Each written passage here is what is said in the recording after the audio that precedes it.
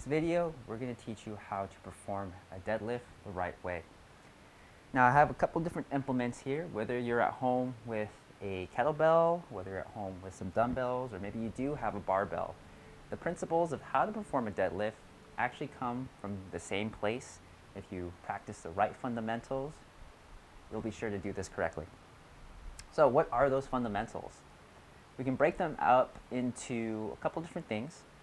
Your foot position, your hip position, and your shoulder position. And we'll go into these very briefly. So let's go ahead and start with foot positioning.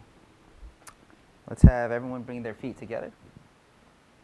And from here, we are going to turn out into our first V position, or first position. We're going to come up onto our toes, widen out a little bit more into this neutral train track position, or I position. Now this is kind of the standard foot position we're going to use to perform the deadlift. So if I have a kettlebell in front of me, I want to be sure that my toes are on the train track. They should be parallel and facing forward. Not too far, or not too wide apart, but just right underneath the hips, so that when I bend forward to pick the weight up, I can keep the weight close towards the center of my body. I can get my knees wide enough, bring my chest through, and bring my hips into the weight.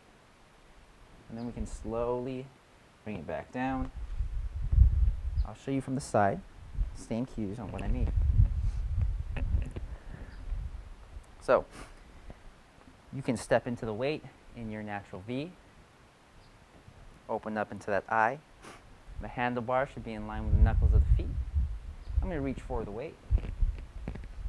From here you can see that I could have a rounded shoulder, tucked under hip, right? So we got the foot position correct. Now let's get the other positions right. So I want to extend through my hips, get my butt bones back. I'm going to bring my shoulders down and back, keep a wide chest. And from here, I'm going to press through my feet.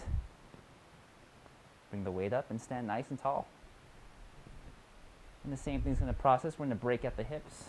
Keep those shoulders engaged the whole time, even as you lower.